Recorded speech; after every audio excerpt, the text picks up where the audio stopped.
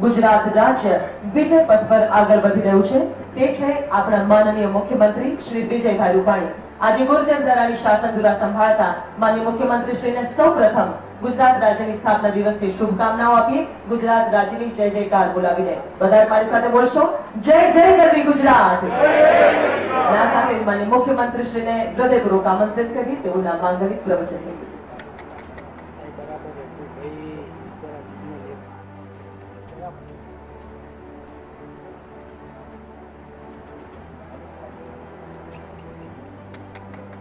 परम वंदनीय पूज्य दिलीपदास जी बापू,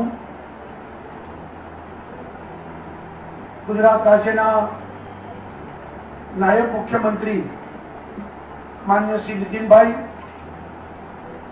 मंचस्थ सौ मंत्रीओ, अधिकारीओ, वडीलो, भाईओ ने बहनों, आज गुजरात 57मो स्थापना दिवस है। 1 मे गुजरात अलग राज्य बन्યું હતું। अनेक लोगों बलिदान आंदोलन ने कारणे आ गुजरात आपने प्राप्त थયું અને ત્યાર પછી આજ દિવસ સુધી અનેક નામી અનામી આ ગુજરાતની પ્રતિષ્ઠા ખૂબ વધારી। અનેક સરકારોએ પણ આ ગુજરાતનો વિકાસને આગળ ધપાવ્યો અને આજે આપને ગૌરવ થાય કે આપણા ગુજરાતી નરેન્દ્રભાઈ વડાપ્રધાન છે। ગુજરાત આખા દુનિયામાં એક સરસ મજાની રીતે ચમકે છે। ગુજરાતની ચર્ચા દુનિયા કરે છે અને આ વિકાસ અવિરતપણે આગળ વધે એ આપણે સૌ આજના દિવસે દુનિયાભરના વસતા ગુજરાતીઓને શુભેચ્છા પાઠવું છું અને સરકાર તરફથી ખાતરી આપું છું કે વિકાસની 10 દિશાઓ એ આપણે ખોલવા માંગીએ છીએ અને દરેક દિશામાં ગુજરાતનો વિકાસ ઝળહળતો બનીને ગુજરાતની પ્રતિષ્ઠા, ગુજરાતની અસ્મિતા, ગુજરાતનું ગૌરવ એ આપણે સૌ સાથે મળીને વધારીએ એ આપ સૌને સંકલ્પના કરીએ। આજે આ શ્રવણ તીર્થ યાત્રા, શ્રવણ તીર્થ દર્શન યોजना આપણે લોન્ચિંગ કરીએ છીએ।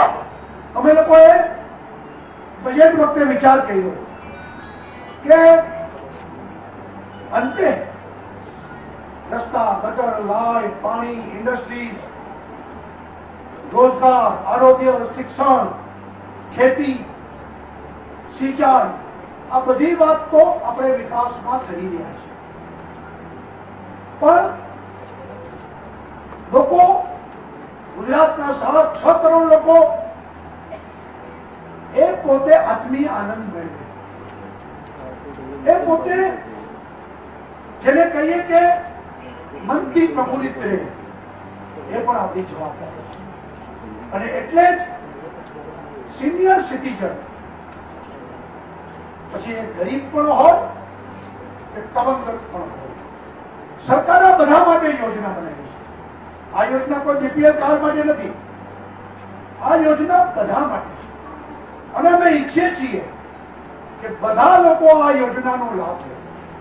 અને આપણે ત્યાં તો વન વ્યવસ્થા હતી, આપણે ત્યાં વાનપ્રસ્થ આશ્રમ સુધીની ઉંમર વાઇઝ વ્યવસ્થાઓ હતી અને એમાં વાનપ્રસ્થ આશ્રમ એટલે કે સિનિયર સિટીઝન કે જેમને વર્ષો સુધી નોકરી, ધંધા આ બધું કર્યું, હવે એ રિટાયર થાય છે અને 60 વર્ષ પછી ધર્મ ધ્યાન કરે, કુટુંબની સાર સંભાળ કરે અને દેવ દર્શન કરી।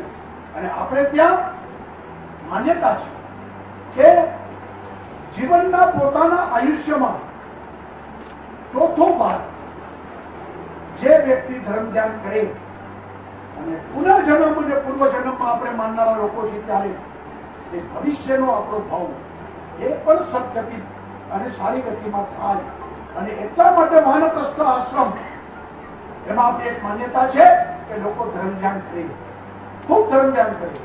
તો સરકારે નક્કી કર્યું છે સરકાર શ્રવણ બનીને તમારી સેવા માટે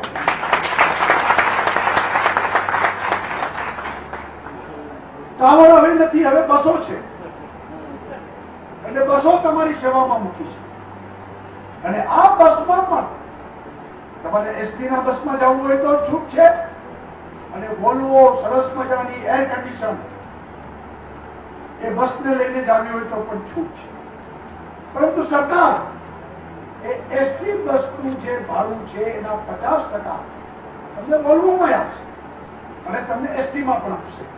એટલે આ યાત્રા બધા વર્ગો માટેની, જેને જે પોસાય એ રીતે યાત્રા કરી અને આરામથી ગુજરાતના તમામ પવિત્ર યાત્રાધામો, જે સોમનાથ હોય, દ્વારિકા હોય, પાવાગઢ હોય, અંબાજી હોય, ડાકોર હોય, જુનાગઢ હોય કે પછી પાલિતાણા હોય, બધા લોકો બધા યાત્રાધામે જાય. નાના નાના યાત્રાધામો મંદિરોમાં પણ જવાની છૂટ છે.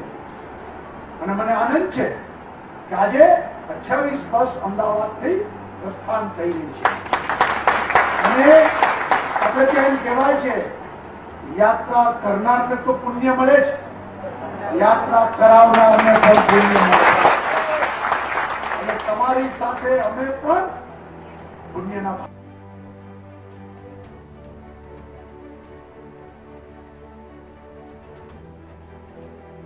તો આજે ગુજરાતનું 57મો સ્થાપના દિવસ છે, તેને લઈને જગન્નાથ મંદિર ખાતે સીએમ વિજય રૂપાણી અને ડેપ્યુટી સીએમ નીતિનભાઈ પટેલ ઉપસ્થિત રહ્યા હતા અને ત્યારબાદ તેમણે સંબોધન કર્યું હતું. સૌનો સાથ, સૌના વિકાસની પણ તેમણે વાત કરી હતી. ગૌરવવંતા ગુજરાતની પણ તેમણે વાત કરી છે. મહત્વનું છે કે જે રીતે આજે ગુજરાતનો 57મો સ્થાપના દિવસ છે તેની ઉજવણી થઈ રહી છે, અનેક કાર્યક્રમોનું આયોજન પણ કરાયું છે.